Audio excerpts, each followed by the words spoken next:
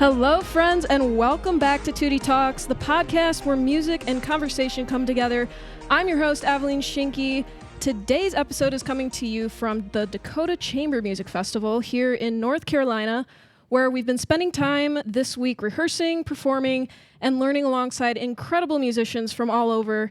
I'm joined by a few fellow musicians in the program, and together we're going to dive into what it's really like to experience an intensive chamber music festival, highlight some of the exciting opportunities we've had this week, and reflect on how playing in this kind of environment has shaped us as musicians. But before we get into it, I'd love for everyone to go around and introduce themselves. Just tell us your name, where you're from, and a little bit about your background. Hi, I'm Anant Malpani. I play the violin. I've been playing it for 16 years. I just graduated from UNC Chapel Hill, which I double majored in economics and music. Plans after graduation, I'm moving to London. I'm studying for my master's at the Royal College of Music. Hi, my name is John Kuntz. I'm a cellist. I am a junior at the University of South Carolina in Columbia. I am a part of my school's symphony orchestra. I don't really know what I'm going to do after graduation. It's kind of far away, and I want it to stay that way for now. So, all right, I'm Willem Rower. I am going into my sophomore year at University of Colorado Boulder, and I'm a double major in double bass performance and astrophysics. Well, with that, I kind of want to jump into the icebreaker question of today's episode. And the question is, if you had to be roommates with a famous composer, who would you pick and who would you definitely not pick and why? I would not want to be roommates with like Richard Wagner because he's kind of weird. And then I think Philip Glass is pretty cool. I know this like really indie composer, like up and coming, like Nathaniel Maxwell. Not a bad guy. Like, yeah, he seems pretty. I've heard of him before. Like, yeah, he seems pretty chill. He's a little bit like above it, and like I don't know, it's fine. But oh yeah, he's great. Yeah, he's great. You know Nathaniel? I do know Nate. Yeah. Did you get his autograph? I heard people. I getting actually autographs like recently. Since we're such close friends, I'm not gonna like ask him for his autograph. I think that'd be kind of weird. You know, we're just tight like that. You know. Yeah, name 5 songs right now. Name 5 songs. Yeah. Of his. Yeah, like Tap.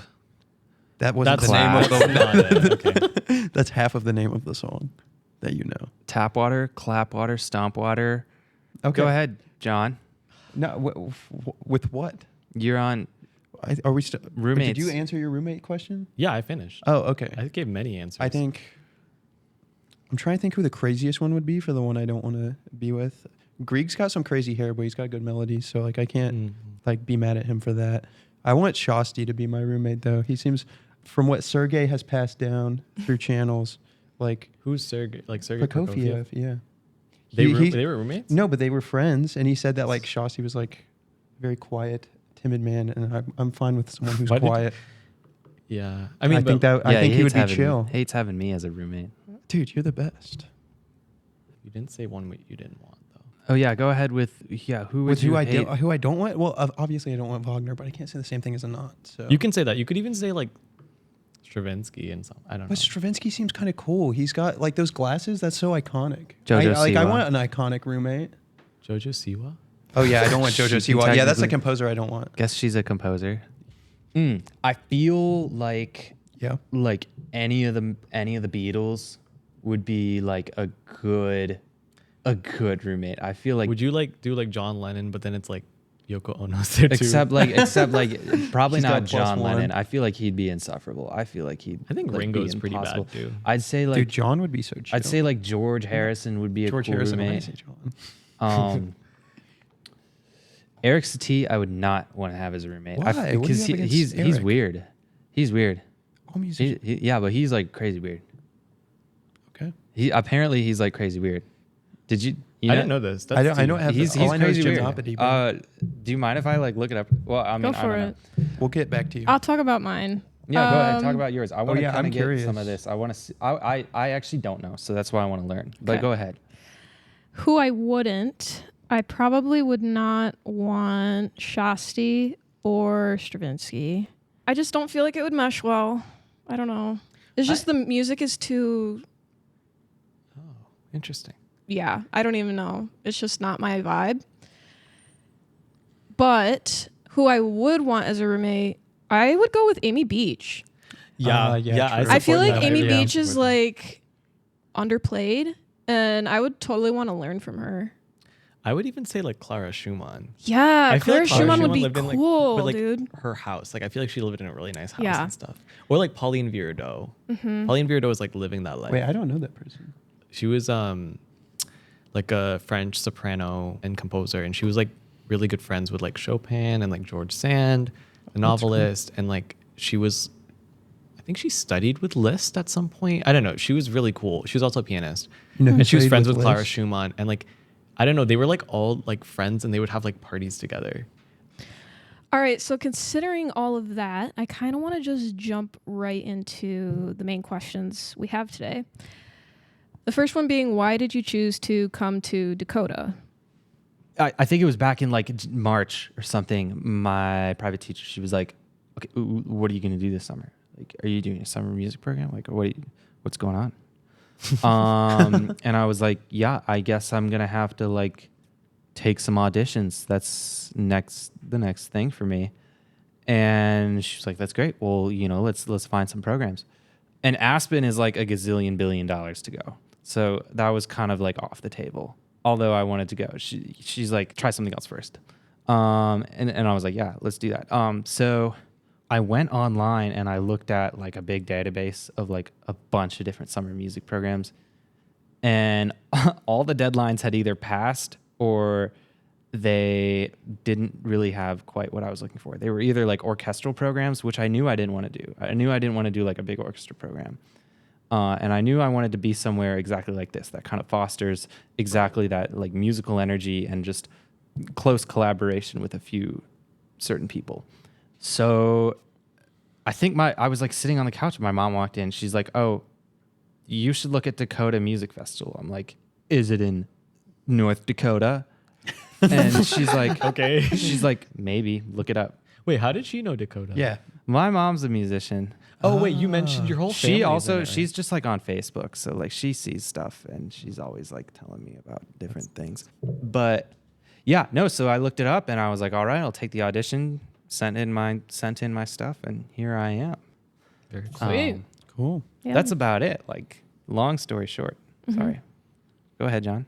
Okay, and my turn. Okay. My cello professor at the University of South Carolina is the wonderful Claire Bryant, who is on faculty here. And Dakota's come to USC a couple of times, and I've been to a couple of their concerts there. They've done some workshops that I've really liked, especially liked how they like discuss programming and other aspects of music in their just approach to chamber music.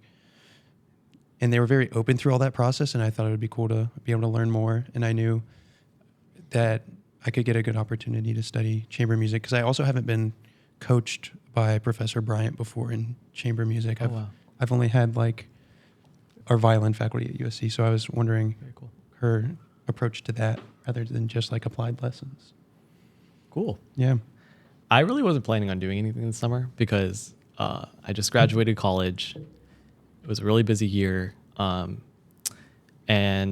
wasn't planning on doing anything musical. And what I originally wanted to do this summer, which is kind of side tangent, I guess, but I wanted to go to the Middlebury Language Institute to learn German for like 8 weeks.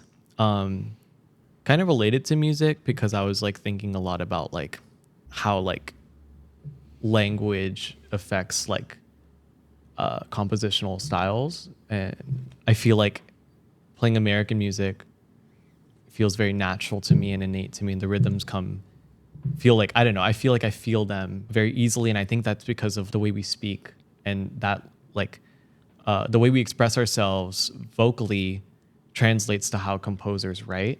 It's the same thing with like a French ensemble playing Ravel. It's like they don't have to try to sound French. Yeah. You know what I mean? And it's like the because like music the is vowel part of their placements, language, yeah, yeah. in those languages translate to rhythms in musical composition is my hypothesis. Wow, no, that's cool. Yeah. So I wanted to learn German because I was like, I think this could really improve my understanding of German composers. And there's so many of them, right? They're like all over the board from like Bach to Schoenberg. And the other thing I was thinking about was like, I feel like, yeah, Italian is like the language that's typically used for markings in classical music. But I would say that a lot of composers, especially German composers, they use like when they're trying to express something very, very like, I don't know, heartfelt in a way, or something that's very like important to them in the music. Sometimes they use their mother language, and that's not just German composers. Like all composers, I think, do that. So like, for example, there's like a passage in Beethoven's like String Quartet Number 13, the Cavatina movement, and the Becklement passage. But like, there's no translation for Becklement into English, and I think that's like, because it like translates to like heavy, like anguished or heavy of heart, but there's no direct translation. I feel like, and there's like a lot of like, I don't know, conversation about like how to play that passage, of like what that means. So you wanted to go there, but you ended up here. Yeah, I ended up here. Well, okay. So then I was like, I didn't do it because it was like a lot of money, and I applied too late for like the fellowships and stuff. But yeah, I don't know why I went on that tangent, but it's okay. Then It was cool. gonna. It was. Thank you. I appreciate that. I had something interesting to ask.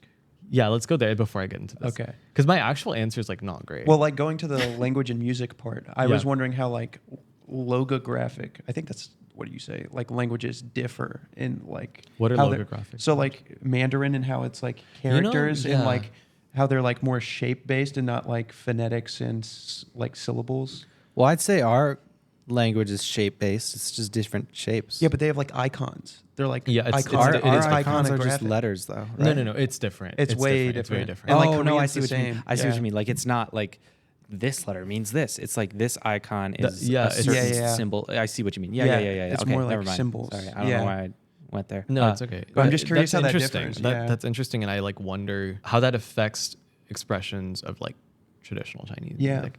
But I think traditional Chinese music in general is very far removed from our traditions. Yeah. And it's something I don't have a lot of knowledge on. Yeah, I but, don't either, but I was just I do think it's more improvisatory for sure. Mm-hmm. But yeah, that's a cool topic. Anyways, so then, yeah, I was like, I don't know, maybe I won't do anything this summer, but things kind of fell in place. And I was like, it was a couple weeks ago in May, I just get like a text from my teacher being like, do you want to do this? A violinist dropped out. And then I got a text from Clara, and I was like, yeah, I will do this. This sounds really cool. And Decoda sounds like something that's very, I don't know, like the ethos of like what they're doing sounds like it really aligns with my personal values and what I've been doing in college and what I hope to do after college, whether that's in the field of music or outside of it. So, Oh yeah, Cool. their cause, like everything they're doing with like bringing music to people that like wouldn't have Yeah. access to it, Yeah. I think is fantastic. It's and it's amazing. not something like I knew that that's kind of like where I wanted to take music, but I didn't really know where to place that in a setting. And I think they've done exactly what I was hoping I would do someday, which is like, yeah, me too. I guess we can speak about this a little bit, but when we went to the correctional facility the other day, that was really cool to see. That was really cool to see. And more than that, when Brad was talking about what he had done With the composers, at Lee and Sing Sing, which are two other correctional facilities, I thought that was like so cool that you just go and you like these people don't have access to instruments or music, and you go and you say, all right, like Let's make it happen. let's, Yeah. Yeah. if you have something that you would like to create, I'm here to help you create and that. more so like empowering them and telling them they do have the ability to create. Yeah. And recognizing like that there's talent everywhere and like in all age groups. And we saw that. Absolutely. We saw like, there was composers like literally on Friday, and they were amazing. They were Oh like my really God. talented Yeah, no, singers. we heard and some composers. great, we heard some great singing, some great, And they composition. improv those harmonies too, which like I can't do that. Did they No, really? yeah. That was insane. And that's the thing. Yeah, That's the that- thing. none that, of those like, were written. like outside of classical music, there's so much talent, natural talent in like improvisation, and maybe they're not, trained in theory Yeah. or like in like that way that we kind of focus on in this field, but that doesn't make it any less like important or like, I don't know, impressive Absolutely. to me. And I want to go down a little bit of a tangent here. I feel if like that's this kind of relates- Unless sorry. you need to get to your next thing. I think exactly what they're doing is so important because it takes the like level of pretentiousness away from classical music. Mm-hmm. Classical Because music is I feel like it's just so, in every way that it's marketed everywhere else, you know, and we're just so like walled in and removed from everything else. I feel like it's like, oh, well, you need lessons and you need an instrument. You have to pay your teacher. Okay, now you need to go to these concerts and you need to see all this, and you need every bit of context to do everything. And only then are you at the core of what being a musician means. Well, yeah, and it's only like, then are you at the entry point. it's like, You're at the entry point. Yeah, and the entry point, right. And it's like, it's like, okay, you're going to play literally one genre for the rest of your time, right? And you are going to separate yourself so far away from any other genre that's more, you know, and literally anything. I feel like what they're doing with just reaching out to people and being like, what can we help you create, is exactly what classical musicians should do more of. And also introducing instruments that are classical instruments, like the bassoon, for example. Introducing those instruments in such a like fun and engaging way where it's like, okay, you don't need to like know like the history of the bassoon. You don't need to know like it plays in this part of the orchestra and it does this specific role in the orchestra. You don't All need this 8 stuff. years of theory. Yeah, you Like, don't need all of that. You just show up and like you can be like, yeah, this is a really cool instrument. This is the sound it makes. This is what I like about it. And that's all you need. And I think that's the way that they're like working and like the way that they're functioning and the way they've put themselves together is so unique in America, and also just in the field in general, where I think it's just, we just need way more of this. Absolutely. Like we need this everywhere. And I think the classical music just has such a bad identity problem right now. 100%. And I think that it's so difficult because it's like nobody's saying that like the Western canon isn't valued and is like important and like respected and beautiful and like amazing to think about and talk about and study, but it shouldn't have like such a high like wall around it. Well, I think that like a lot of it is just like current musicians and current audiences are like kind of paying for the mistakes of the past. Like I guess people in a medium don't think it's not enduring or like indefinite, I guess, to where like previous people, like the stigma around like everyone needing to know the etiquette rules, everyone needing to be like somewhat competent in like history before attending like a symphony concert, and then like them being like kind of shunned by the institution itself, and then the institution not getting ready for the fact that they were going to go out of style. And then it's a classism. It's also a classism problem. Yeah, exactly. 100% and a racial classism. problem, but it's both. But the financial investment you need to get into classical music in any way, whether even as a listener, but obviously as a student, it's immense because you like you said, like lessons, orchestras, all this stuff, like it's a time investment, and it's also like obviously a financial investment. But then there's like festivals, and then it's like job insecurity. Am I going to get a job? How am I going to pay my bills? Because like there's only so many orchestra jobs, and a lot of jobs aren't that well paying. I mean, yeah, and like, if you look here, we're all 3 double majors, and stuff because and we're for a reason. Yeah, exactly. Very much for a reason. Absolutely. I think what you said about like how inaccessible classical music is to most of the world, and then pairing that with job insecurity, they like one kind of, creates the other, where like the reason job insecurity exists within classical music is because there just aren't enough people that are interested in it. Maybe there's not enough people interested in it because it's so exclusive. And within the people that are actually within it, it just feels like there's so much attitude of like, oh, well, you're not classically trained, so clearly you don't know what you're doing. Let me just remove myself from you and it's like to the point where like even, sorry, not to interrupt. No, go ahead. Yeah. It's like to the point where like even I've experienced that, like going to a classical music concert or like in some of those spaces where I'm like, I literally belong here, like in every way. Like I've been doing this for so long. Like, what do you mean you're telling me like, oh, like I'm not following some etiquette correctly, or like there's just something about there's it. There's a lot of correctness. There's a lot of correctness, and there's a reason for that. But there's obviously some people who consider it as like elite, like an elite form of art.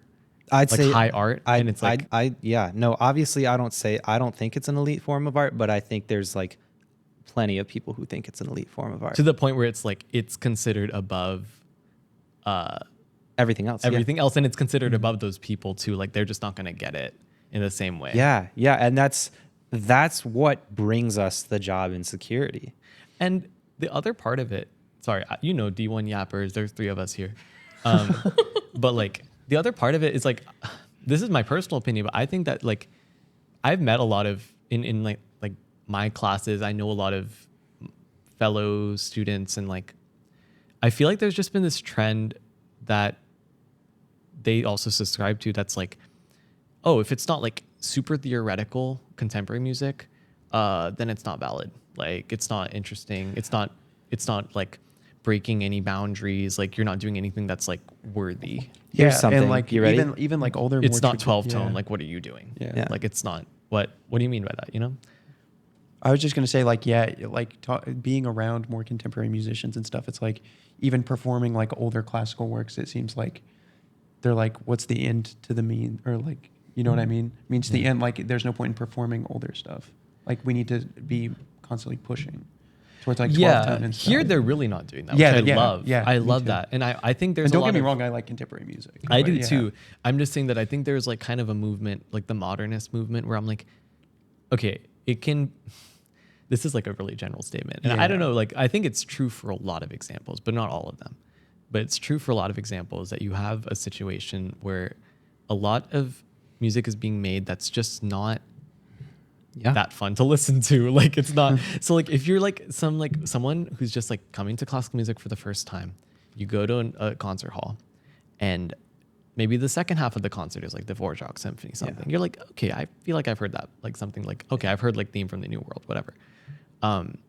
But the first half, because they always put it in the first They half. always put it in the first half. first Yeah, half yeah, for yeah. a reason, because they know people are going to leave, which is not fair either to those artists. But you hear something that's like really difficult to process and maybe not like very melodious. Yeah. I just don't get why we can't enjoy melody and like focus on melody, and like I think that's okay too. 100%. And I think like if you're a comp major and you're writing like classical German counterpoint, like Brandenburg type stuff, I feel like there's this culture of like, well, look at this guy. Like obviously he just writes very simple music. This is like, Yeah, I know what you mean. like, what is he doing? You know? Yeah, it just seems like if it's not extremely difficult to consume or like academic. then it's not like a very credible composition, which I think is totally wrong. And the contemporary music I've heard here at Decoda is not that at all. I feel like No, a it's lot not. of what It's we've not at heard all. is like really, really accessible. Like, and while it is like, there's definitely some pieces that we've heard that are like not entirely traditional or melodious. Melodious is the word. Yeah, I'm not You know? saying it all needs to be. It doesn't but all it's need so it doesn't all enjoyable need to be, still. but Yeah. like it doesn't need to come with that extra bit of like inaccessibility, and like if you don't understand this, then obviously you don't understand all of music, right? Especially when it's like pieces where it's like a large part of it. Sometimes I understand like wanting to express fear and anguish because we have so much of that in our world right now. Yeah. But there's oftentimes like I've played pieces where I'm like, a lot of the time I'm not even using the instrument like in its natural form. Like I'm doing like aggressive colenu all the time. Yeah. And I'm like, but no one really wants to hear that for 5 minutes straight. Yeah, it's fun. It's Like, actually not it's- fun because I hate what it does Oh. to my bow. Oh yeah, Like, no, you I know hate what I mean? what So Colenio I'll be does to my faking. bow. I'll be faking. But Honestly, okay, I hate yeah, what I'm Colenio faking. does to my bow too. That's so real. I don't do it. I fake it. Really? I fake Really? it. If I'm in orchestra, I'm faking it. I'll loosen my bow to a point where the stick will hit through the hair, just to kind of have a cushion. Because I Oh, know I what never you thought mean. of that. Like you turn the stick around and you start hitting, and you get like all kind of knacks on the back of your stick. Like That's just devaluing your instrument for what? Yeah. For what reason? yeah, and For like one piece. And right. No, part of the you guys yeah. agree though. Let's be real. No, it's Yeah. very real. I just think music, especially classical music, needs to be infinitely more accessible. And Dakota's whole mission does exactly that. You know. Well, I think like going off of like the concerts we've heard with contemporary composers, I think minimalism has been like a good response to like what you were saying with like modernism. Because like the piece we heard, Dive, that Dive they did, was great. Yeah, that was by David Kirkland Garner, who most of his stuff is like very minimalist and is very cool. It's But like beautiful. there's I still really some enjoyed it. like melody to it, which like Yeah. melodic content, which I think is like good that like there's people like that out there moving Yeah. in that direction. And when I say like moving the needle. melodic content, I'm not saying it like needs to be like Yeah, It Tchaikovsky. doesn't need to be Mozart or Tchaikovsky. Yeah, because Tchaikovsky is a beautiful melodist, and some people like they turn their head at that they're like, okay, this isn't as good as Wagner or whatever because it's so melodious and it's like so focused on melody because that's the Russian school.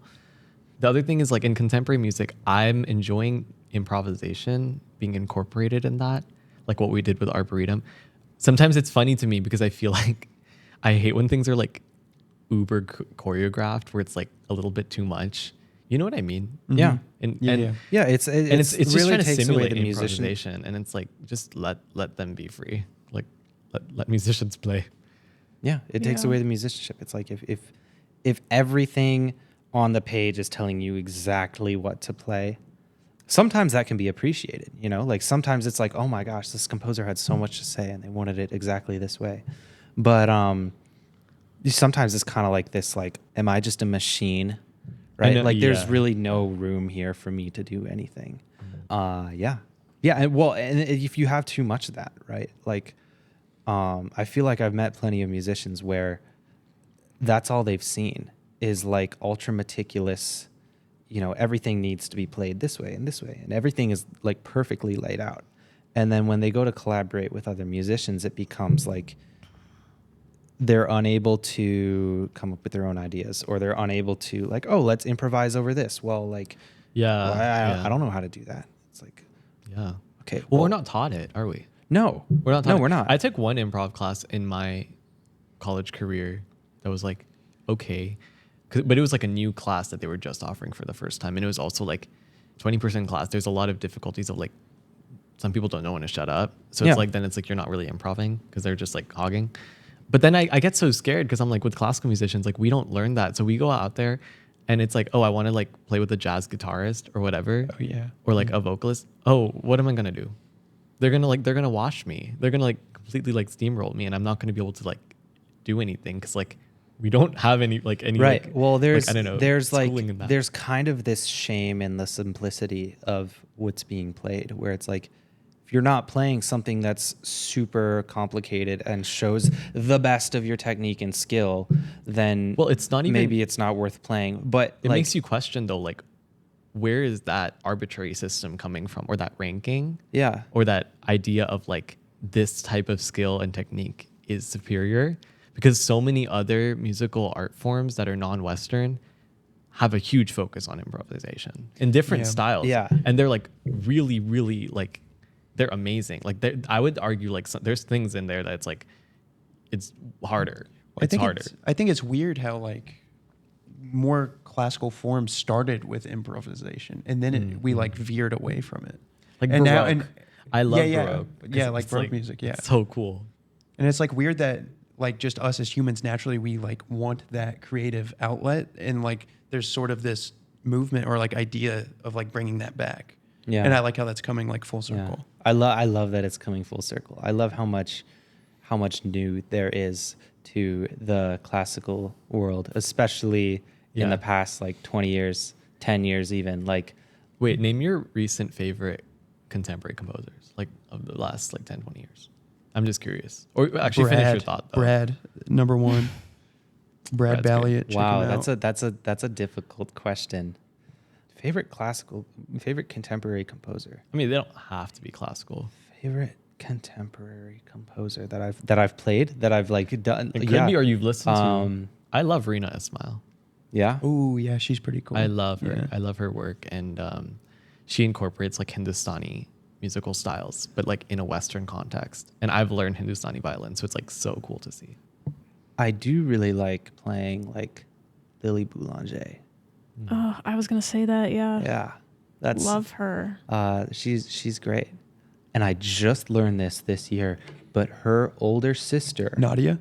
Nadia, taught Quincy Jones. Oh wow. Oh, yeah, you I were didn't telling know me about That's that crazy. yesterday. Quincy Jones is like, she was one of his mentors, That's really cool. which is incredible. Like that pipeline to like Nadia Boulanger, Quincy Jones, Michael Jackson, like that just seems like No, such that's a insane. crazy bridge.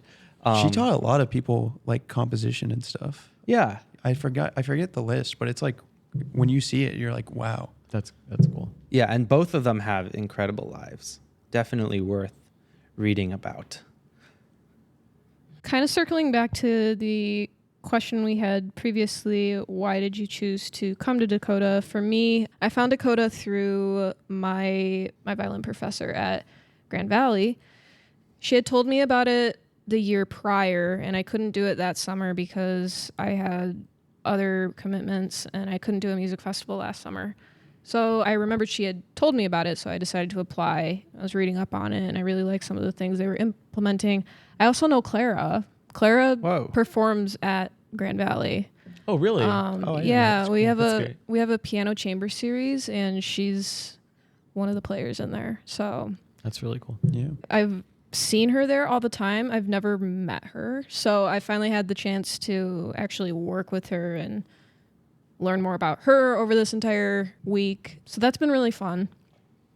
But yeah, so I applied and I knew I wanted to do a chamber festival because chamber is kind of where my heart lies. Outside of solo rep and all of those things, I didn't really want to be in an orchestra setting. And it was, at the end of the day, it was just what I had time for. And I knew I couldn't take off like 8 weeks, my internship, to go to a music festival. So it just kind of fit. Really liked what they had on the website and just the people that were running it and stuff. So that really appealed to me, and that's kind of why I chose them. And then I also applied to Vivace, and I'll be going there end of July. That's in Wilmington, right? Yeah. That's great. Yeah, Hillary's a part of that, Yeah. right? Yeah. So I'll be back here in a month. But yeah, so that's kind of why I chose that whole spiel.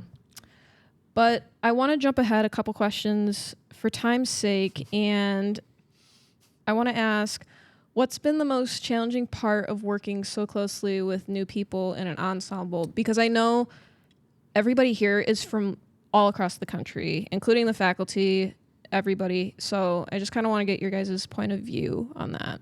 So I was just thinking about what you were saying about like everyone being from different areas. What I found so cool about this festival is, from my understanding, like most everyone like did not know each other, right? Before. Mm-mm.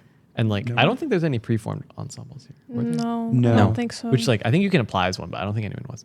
And I really like that because every festival I've been at, there's always like a lot of like, you know, and it's great. There's already like built communities because of schools and all of that. And this felt like kind of such a blank canvas, and as some people would say.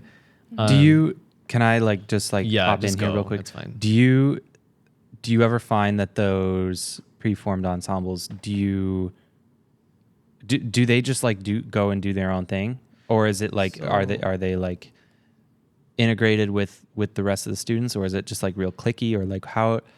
Well, I'll just It say like, seems I've like you had a done- tone towards that. Like what? Go in and elaborate. I like kind of going off like I did Aspen a couple of years ago, and it was a wonderful experience, huge orchestra program, and I was like, I came in with a lot of anxiety because I was like, I don't know anyone, and I wasn't really sure of my path in music because it was like when I was much younger, and I loved that summer. It was a great summer, socially, musically, in a lot of ways for me. But I think you kind of come in and it's like there are just like, you know, everyone kind of knows each other, and there's like it does feel like there's just groups that, I don't know. I'm not saying this in like a negative way at all. I just think what I really liked here was like, for the most part, everyone's like really here for the chamber music. Mm-hmm. Well, I It's feel brand new. There's Yeah. like nothing. Yeah. Uh-huh. And like, it's also like everyone's new to it, but it's like, yeah, everyone's here for the chamber music. Everyone's like coming in genuinely with that, like that's their first priority. And I love that.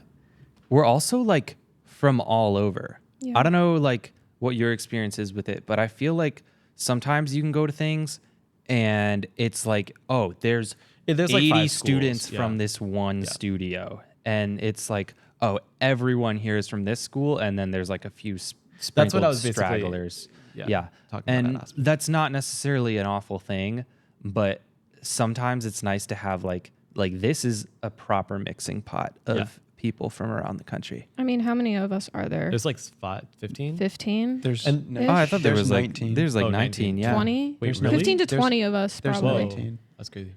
And the only like studio there's is like your studio, right? Yeah. Your cello but like even that, like it's great because you're all like different ages and like all of that. I also think it's really cool that here they purposefully like mix up all the ensembles. Like it's not just strings or it's not just band or woodwinds or brass, you know. They purposely like try to mix everybody together. And I also like that kind of what you were touching on before, how modern music and classical, they put us on both. Every group is doing, Actually, not for me, but that's okay. most of the groups are doing one Shredder modern is piece. It's 1909. That's Oh. it's romantic. It's like Yeah. a lot of it seems like it's a lot of things that it's not. Yeah. Like it's a German composer, but it sounds French. It honestly reminds me. I'm doing all old stuff except for Arboretum. I mean, they did kind of we like, did Arboretum. Well, We we're did. doing We the- all did do Arboretum. We're doing the Schienke Yeah. piece. Schenke's Oh, pretty, we are doing pretty modern. Schienke. Yeah. Yeah. That's right.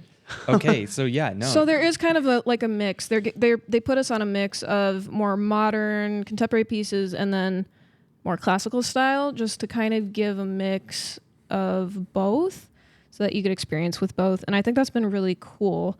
I think the challenging part for me with working with people from across the country has been learning people's body language and how they perform and stuff, and like cues and all the things, and just kind of learning how to adapt with that.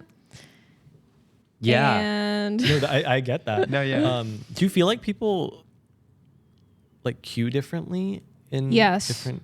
yes. I think different instruments cue Yes. really differently, which is like the big thing. Because I've never played with like French horn or clarinet. Yeah. No, Yeah. for sure. Actually, I played with clarinet, but yeah. No, I agree. I've never been in like a mixed ensemble that wasn't strings. So Yeah, me either. And I found that really interesting while I've been here, which is also really cool about this festival. It's just they try to incorporate everybody on everything, which is awesome. It's not just like strings only or brass and winds only. It's very much combined, which is Yeah. one of the big things that I really like about this festival. I mean, me and Will had like a whole cueing class because like bass and cello, Oh my we never God. get to cue. That was so good too. Yeah. I feel like, I mean, yeah, this time that I've had here just now, I have learned so much about just like playing a role in a Yeah. group more than just playing the notes on the page. Like, Yeah. at least in my other group, like most of my part for the Baroque piece is just like a continuo part. So it's running eighth. It is a continuo part, but most of it is running eighth notes, you know. And it's like, oh, you're the bassist. You have to keep things moving forward. And I've always been told that, and I don't think I really understood what it meant until I came here and really explored the nuance of how I can like totally bend the time of a piece. Yeah. Bass is like y'all have so much power, and you don't like. I think you do know it, but I'm like not a cello, bass. Why are no, you We cello, know it. cello- Okay. like the bass voice. Cello We and know bass. it, but It's- also like energy wise, like just approaching your chamber music with energy and breath and bounce and whatever you need. As a bassist, I've noticed that it can really like influence the whole group, you know, versus if you're up there with the clarinet, that's only going to go so far. Yeah, it's funny. One of the Um, first things that And that's not to say that they don't Yeah. have their own important role, but yeah, I've really discovered the nuance of everyone's role in a group. And then also like being a leader, like saying like in our duet, I especially like just being able to like trade off responsibility of like, okay, we're going to start here. Okay. You know, breath, whatever it takes. and like cueing in character and stuff like that. Cueing in character, totally, and being able to say, "Oh, stop! Let's go here." You know, Yeah. like having the confidence to just really speak your mind when it comes to a piece of music. I think I've learned a lot from our duet. Yeah, I love our duet. Yeah, our duet's the I best. love it too. It's been a big learning curve for me because I've always been at least in like an ensemble of like 3 other musicians, but like having like such like an intimate musical exchange, like just between you and one other instrument's like a completely different experience. I play in a little duet back home with, but it's like I'm playing like guitar and electric bass, and it is chamber music, I'd say, Yeah, it is. like kind of, but we don't have anyone there to like coach us, right? So when I came here and Claire was like, "Oh, you need to, if you're gonna cue, you need to cue," or it's like, "Oh, if you're gonna lead this, like go for it." Yeah. There's just a huge confidence boost in how I approach my music now. Yeah, for sure. But your prompt was, what is the most difficult thing? Yeah, what's the most challenging part? The most challenging part, I'd say the most challenging part for me is being open to someone else's suggestion. Yeah. When I know from the get-go it's something I'm not going to like. Yeah. It's like someone's like, "Oh, well, let's try this." And I'm like, try everything twice. Try everything twice. That's what they told us. It's like, "Oh, let's try this." And there's a part of my mind that's like, "Oh God, this is not going to work. I don't know why anyone would think this. What a terrible idea this is." Yeah, that's the most challenging thing for me because I feel like I'm the kind of person that like likes to micromanage. Yeah. And it's something I gotta, get rid of. I would agree with that. Yeah. Yeah. I think kind of going off what you were talking about earlier, of like playing with even just like with other instrumentations like bass and guitar. I just feel like chamber music is so like it's just such a unique skill to build in life, right? I think like it's so decentralized, right? That you need this like unique synergy among your group members for it to like work, for it to click, for it to like, happen. And I think that it requires you to like be very selfless towards your common goal, to be sensitive to like interpersonally sensitive to like the other people around you, both like, emotionally, but also musically, because you have to be like an effective communicator on every level. And I think like you have to be dexterous, like all of these different things you need. To me, like playing chamber music is like the pinnacle of like human connection, because like gaining those skills, like it molds society for the better, like having more humans like that in society. And I think that's something Decoda really thinks about with the work they're doing with spreading chamber music and like sharing it with the world. So I just wanted to preface with like, that's why I love chamber music. And I've done a lot of chamber music since I was like 9, and I loved it even when I was 9, but obviously, that's a different experience. And I've always had in the back of my mind some kind of dream of like playing in a string quartet and like having really great communication with people. And there's always things, right, in groups that are difficult. I was talking about this with other people here, but I felt like this is such a comfortable environment to work in. Everyone is so comfortable and honest. Every day it gets like Better. more comfortable. Like you just even- get so like locked in with what the other person is like. But it's in like a way where it's like you have that mutual understanding. You have trust with each other. You're building that trust slowly, even though we met like 5 days ago? It's been 5 days. Yeah, I know. 6, Oh, I wow. think. Okay, Oh. yeah, Yeah. you're probably right. Wow. We're halfway. We're halfway. Halfway crazy. That's like exciting and sad at the same time. Yeah. And it's just been such a like a pleasure. Like this is probably like the most comfortable I've ever felt playing chamber music. Wow. Which I'm really excited about. Like, and what's unique for me is like I'm in 3 groups, but like there's like I would call us like core members for ourselves at least. It's like me, Michelle, and Stephanie. Like, and that's violin, French horn, piano. Well, And we're in you're all in- every yeah. group together. Oh, I see what you mean And we by just that, like yeah. live in that room together, like Sleepy Hollow. That's us. That's the room we're in. But yeah, it's just been so great. And we're working on like Brahms horn trio together as like just the 3 of us. It's a great piece. And today we were working on it, and I was just like, oh my God, like this is just wonderful. Like this is amazing. I love having those moments. Yeah, I love having a moment of so just satisfying. like, I feel like I always have those. You're like listening to something or you're playing something, you're just like, what a great thing this is, No, it's joyous, and that's what music's supposed to be like. Going back to what we talked about, that's the core of it. And yeah, I mean, I'm just having a great time, and I think everyone here is like really good about expressing their needs and expressing their vision. Just like you were just like kind of like preaching a genuine chamber music like appreciation. Chamber Music Appreciation Week. Chamber Music Appreciation Week. Yeah. No, I think it's helped me to understand and read people so much better, even outside of a musical setting. Yes. Because when you're playing chamber music, you're watching other people so closely. You're watching their eyes. You're watching how they breathe. You're watching how they move. And when you're rehearsing, especially, you're coming in with your own ideas, and you want to portray those as best as possible, you know. And if you have anything that you want to change around in the piece, you're saying, stop, let's go here. Oh, let's try this way.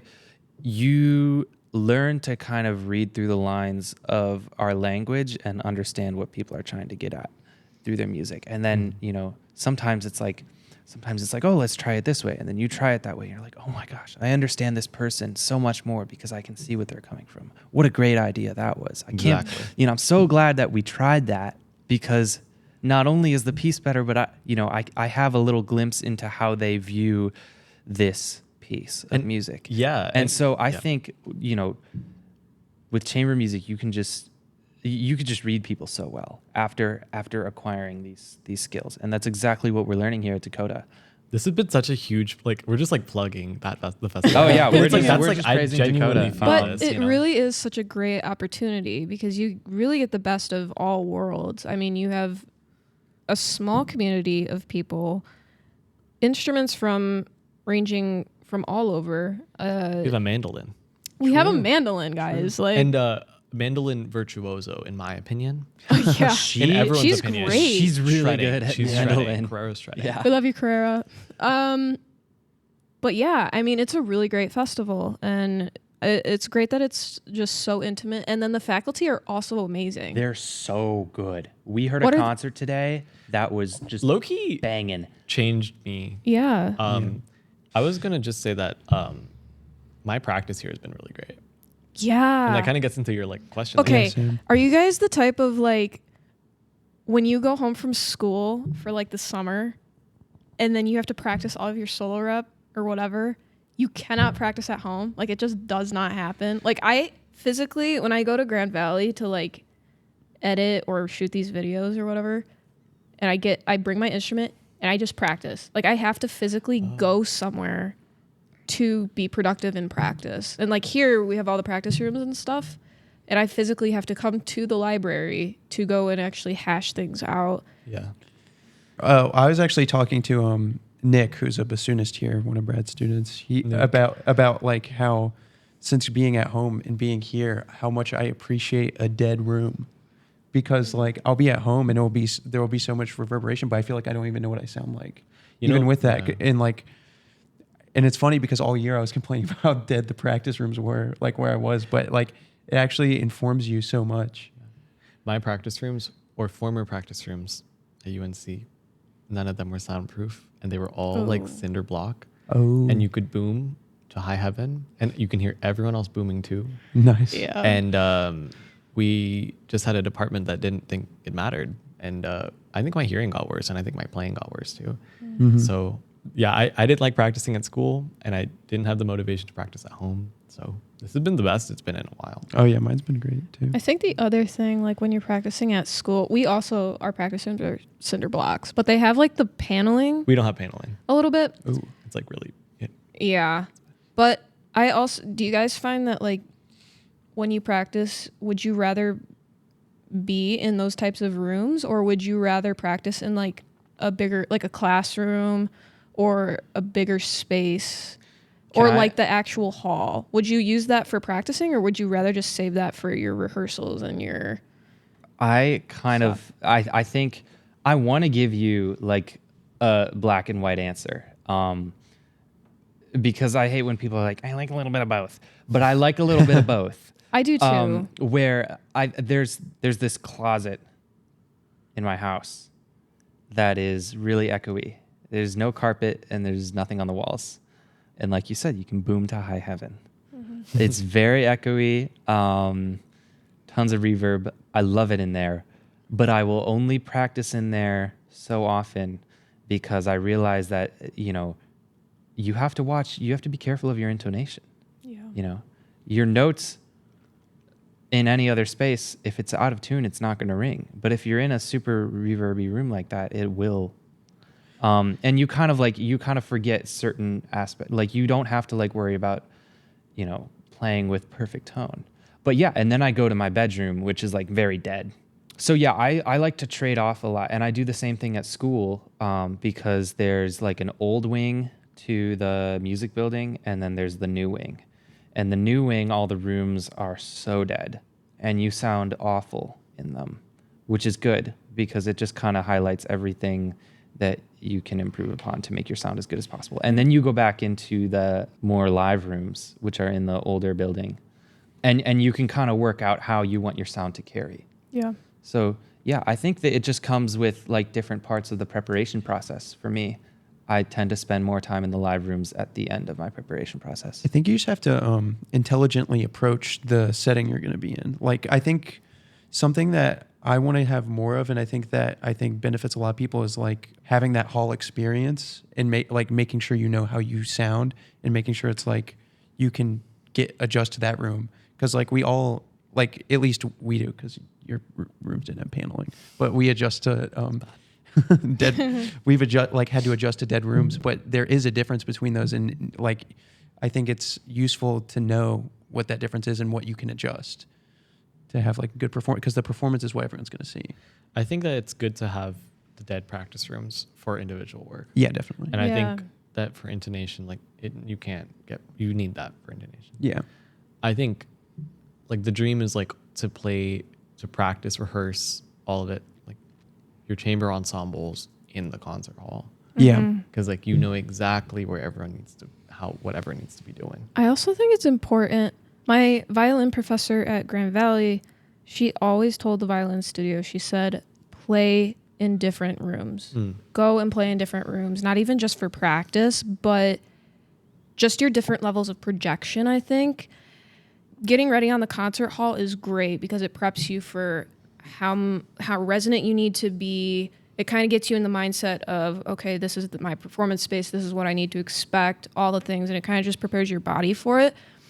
But I think like going and practicing in the stairwell, not even practicing, but just running through your rep and stuff, like a little bit before your concert or whatever. Stairwells are great. Yeah. Stairwells are phenomenal. But even just testing out like dead space, resonant space, all the things just to kind of get you more familiar with your instrument and get you more familiar with the boundaries you can set with your resonance and just how boomy it needs to be. And I think it will make you more adaptable too, which is like definitely a good trait to have. Right. But kind of transitioning off from that, what artist has been most influential in your own musical journey? I have to plug my former bass teacher, Jacob Warren, because I think he showed me a whole new side of how to explore with your instrument that I really hadn't seen. I feel like bass as an instrument can oftentimes be really boxed in to playing certain roles in music. And he was kind of the first person to show me that that is not always the case and that you can really do whatever you want. And he has gone on to be a very, very successful writer, arranger. He plays with a ton of different groups and a ton of really famous musicians now because he's been so innovative. And he's won a couple competitions. But yeah, that was one artist that really, really inspired me. It was my former bass teacher. The second I would say is, I feel like a lot of my inspiration comes from like rock music, like The Doors. I feel like I talk about The Doors a lot, but The Doors, I think, are like the greatest band to ever live. And all the stuff they write is so creative and so interesting. So they have definitely been a huge inspiration in how I think about music as a whole, because I think they had a very unique way of thinking about how music is created. Yeah. Well, cool. John? Okay. I guess it's me. Well, I think I'm going to also go with two because I don't think I can confine it to one. But I'm going to give a very cellist answer for the first one, which would be a more modern cellist named Kian Sultany. And I think his approach to cello is very different than I think I've heard many people. Because like I think a lot of people look back to like the older cellists like Rostropovich and Jacqueline Dupre, but I think he's got like a very innovative and energetic approach to the instrument. And also, I don't know, when you think of composers, you usually like think of, you know, pianists and stuff, but he actually like has done a lot of arranging. I haven't really seen many cellists or any member of low string families really like approach composition or arranging like that. And he also just can perform a variety of styles, which is very interesting to me, because the person I was going to say secondly would be Stevie Wonder. Yes. As an influence. Yes. Okay. And I think his ability to mix folk with more jazzy things with like Piazzolla and other areas like that is very impressive. And then Stevie, like we were listening to in the car this morning, we and Will were listening into the car when we were on the way to Yeah, college you this missed morning. out. When Yeah, we you went missed to out. get coffee. We missed. I'm feeling like pain because of that. Because Another Star as You just should called have to wish I bumped loved Stevie you, Wonder Tammy. when we went the other day. I Yeah. said let's do Cardi instead. Yeah, we'll do you're Stevie like- Wonder you're like- tonight. We'll do Stevie Wonder tonight. You can ride with Well, me. we already listened to Stevie. Yeah, no, I'm all Stevied out. Yeah, we're Stevie'd out. But I'm anyway, on to the next. Yeah, I'll I don't know. I you think guys are gonna have to listen to the Doors now. we'll listen to the Doors. Oh, okay. Is it my Oh, turn? okay. It's my turn. Oh, okay. Oh, okay. That was Minnesotan. Minnesotan? That was not nice. Go We ahead. gotta get Kira That in was here. mean. It's Minnesota. Big. Okay. I would say Martha Argerich, Oh yeah. legend in every way. Listen to her today. This is gonna sound weird, but like when I first met you, your phone was open to like one of her like Spotify albums, and that's how I knew you were like a real one. Because I was like, yeah, that's yeah. It was just probably like- the debut one. I was like, yeah. yeah, okay, I That's know that funny. album. Anyways, I just think, there's so much you could say about her, and she's Yeah. like just such an icon, but also just like she's lived like such a life, and like I want to like live a life immersed in music in that way. There's just so much about her that and who she is and how she looks at music and how she plays. Wow, Mm-hmm. Yeah. And then this is like I don't know. I was thinking about this answer recently, but Frank Ocean. Okay, yeah. I would say it's because I listened, it was like a couple months ago. I was listening to Nikes, and I don't know how to explain it. Like something about like the strain of his voice, something about that song. It's I the don't- energy. It's the energy. There was all something about about energy, it, and man. I was It like, comes It's back to all it. about. It all comes back. Exactly. It's to, about energy. It's all comes back to like how much passion and energy you apply to what you're singing. Like, yes, exactly. And I remember thinking, I want to create something like that, like so badly. I love that. I love yeah. that. That's like such real inspiration is when you're just like, I want to make like I wish I, want made that. that. I Yeah. want that, yeah. Yeah. Yes. Yeah. All right, so I kind of want to transition now into our last question, which is what advice would you give to someone thinking about coming to a chamber music festival like this? Practice your part. Don't be anxious. Make friends. Have a good time, but also like lock in. If you're playing challenging repertoire, like just know that it will get better. And the work is like it's always going to be difficult, right? But it's so worth it. Like your concert will be so worth it if you really just put in the work. And it's like such a team activity. It's like no one person can like make it happen. So yeah, that's it. Observe as much as you can from the performances that your instructors are going to show you. Yeah. Take in as much as possible from when they demonstrate in their coachings, and when you go see them perform wherever it is, or if they do, ask questions and take mental notes of what they're mental doing, notes. because wherever you go to a festival, you're going to play with some exceptional musicians. And then the other thing, always play for fun.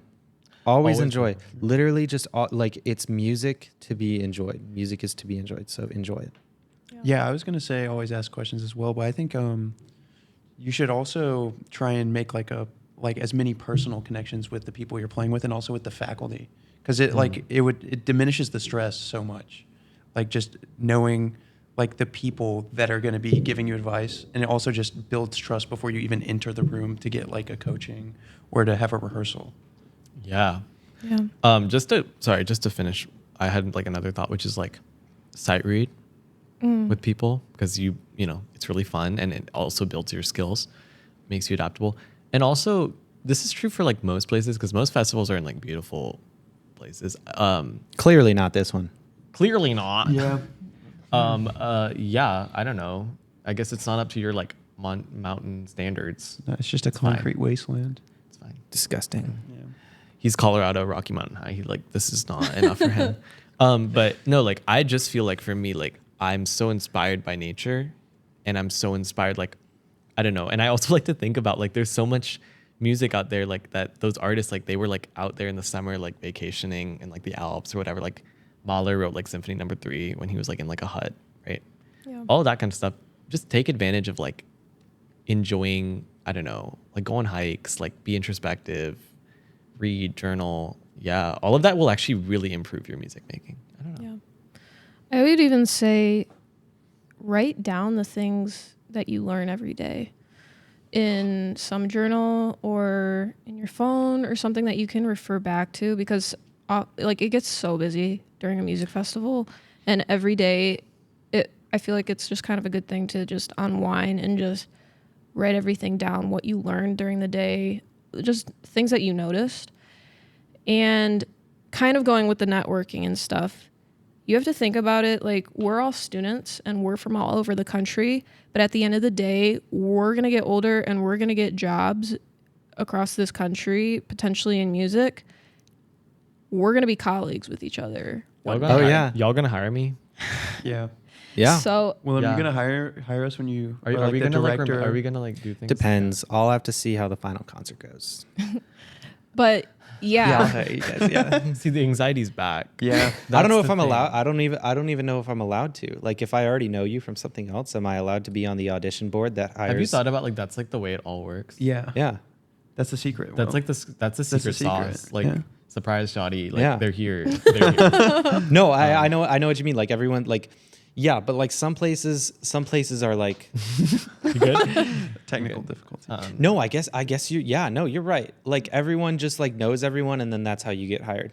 I'm not even Yeah. being weird here, but like this, I wouldn't say this about everyone I've ever met at a festival or like worked with, but like at this festival, like I would like actually like want to work with, genuinely, Yeah. or like collaborate with, or like see again in the future and be like, how are you? Like, where's your musical journey Yeah. right now? And I think it just goes back to like just that one-on-one intimate type of relationship with Yeah. this small of a group Yeah. has been Yeah. really cool. It's also, okay, this is going to sound shady, but it's not shady. It's just that I've been at other festivals where it is a small group and it's not been like this. So it is actually the people, and it's also Yeah. the faculty. These are like some really amazing people, and they're very inclusive, Yeah. which is something that classical music often isn't. And yeah, like we'll keep singing their praises. Oh yeah. Yeah. Yeah, it for sure is the people, I would say. But yeah, I would say it's all about the connections and really just putting yourself out there with the people at the festival and just making your presence known.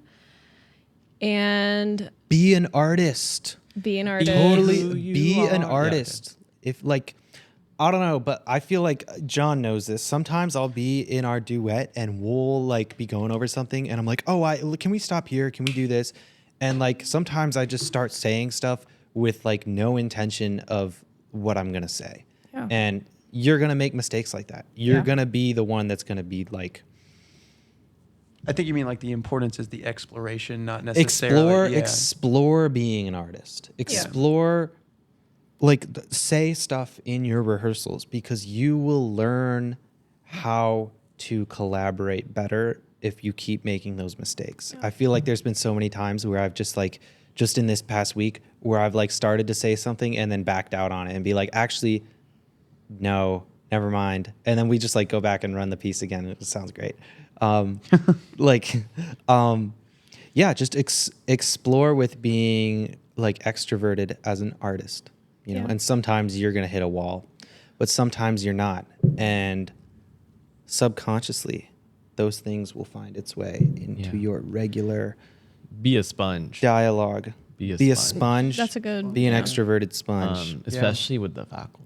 Oh yeah. Oh my God. Yeah. Like David said something that's like still stuck with me from like literally our first coaching with the Strecker piece, and he was talking about Zagidi and Bartok, and they were doing duo recitals a lot back in their day, And in those recordings, like they're not necessarily like exactly in line with each other tempo wise or like fully cohesive. And it's so intentional because they utilize that as to almost create like an improvisatory aspect to the music, which is so cool. Like, okay, you see a hairpin and then like a crescendo is an expansion, and then a decrescendo is like going back again. Isn't that interesting? And like, I've never thought about music like that, and I've never thought about ensemble like that. I've always thought everyone needs to be perfectly together or it's a failure. Yeah. Mm-hmm. But you can be intentional about that and like make it seem fluid and moving, and that adds so much more to it. Yeah. Still thinking about that, and like that's like actually going to be like my thing this summer. I want to think about. Have those things stick with you. Yeah. Those kind of things. Mm-hmm. Pick them up and hold close to them. Yeah, for sure. Yeah. I would also say Yeah, apply to as many festivals as you can so that you can get your pick of where you want to go. True. Because at the end of the day, you're going to get rejected from some and you're going to get accepted to some, and you really don't know where that's going to land. So even if there's a small opportunity, I mean, I didn't think I would get into Vivace, but here I am. Well, congrats. That's like really cool. Yeah, I'm really excited for it. But just take that step and just go for it, you know? Also, it helps with like the more you audition, the better you get at auditioning. Yeah, it's good practice. Really good for you.